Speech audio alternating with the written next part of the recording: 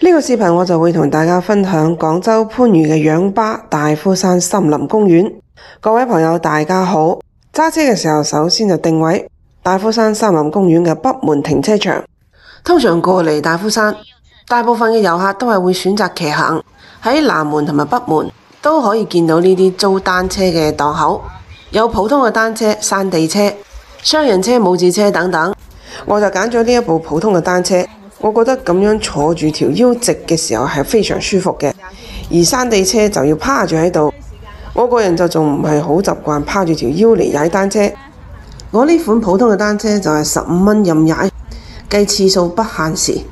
亦都有唔少過嚟大夫山嘅遊客想慳錢，直接將共享單車開咗入嚟公園。揀好車之後，跟住我就從北門開始出發。通常我過嚟大夫山森林公園都係會踩南北線呢一條騎行道。廣州嘅大夫山森林公園，佢嘅總面積有成9000畝，入邊嘅植物種類非常嘅豐富，尤其係榕樹嘅品種有成15種以上或者更多。大夫山森林公園就被評為目前係喺廣州榕樹品種最豐富、數量最多嘅公園。你可以喺公園入邊騎行，亦都可以好似佢哋咁樣野餐露營，仲可以釣魚、撐艇仔、爬山等等。除咗有騎行道，仲有步行道添。喺大夫山森林公園呢度，可以滿足唔同年齡段嘅人嘅唔同嘅運動需求。而更為重要嘅一點就係呢個公園係免費對外開放嘅。呢度仲有一個兒童遊樂場。跟住呢一粒就係大家切磋乒乓球嘅地方。大夫山森林公園又被稱之為係番禺嘅大氧吧，有住呢個稱號絕對係當之無愧。呢度就係可以釣魚嘅地方。通常我自己每次過嚟大夫山森林公園都係以騎行為主，騎行嘅路線就以南北對線為主。成個騎行嘅過程大概就需要1個鐘左右嘅時間。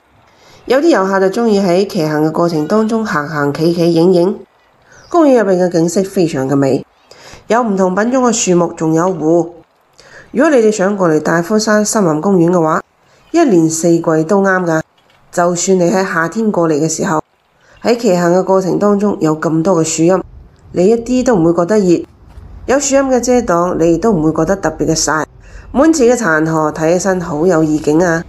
喺成個騎行嘅過程當中，坡道平緩，有平路，亦都有稍為高少少嘅路。騎行嘅難度唔高，任何年齡段嘅人士都可以喺呢度騎行。遇到上坡實在踩唔喐嘅時候，咁就停低推住上，過咗上坡再騎返。而家呢個時候嘅天氣又唔會特別嘅熱，又唔會好凍，最啱就係出嚟戶外活動。你哋睇下，踩呢啲共享單車入嚟，價格就係最平嘅。踩車就好似人生一樣，有高有低。而家我哋就落坡啦。大夫山森林公園唔單單只係騎行愛好者嘅天堂，同時佢亦都係攝影愛好者嘅天堂。隨手一拍，每一處都係美景。一年四季，公園入邊嘅景色都唔一樣。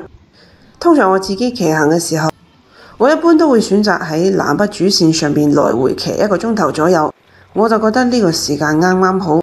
如果騎行嘅時間過長嘅話，我覺得我嘅囉柚會唔舒服。從北門入嚟，順住指示牌嘅方向一直向南踩。喺成個大夫山森林公園入邊，我自己最中意嘅一段路就係從南門入嚟嘅呢一段路。左手邊係湖，右手邊係荷塘，中間呢條路嘅兩旁全部都係大樹。喺咁美嘅環境下騎行，真係一件非常享受嘅事。喺大夫山森林公園入邊，你可以盡情咁樣深呼吸。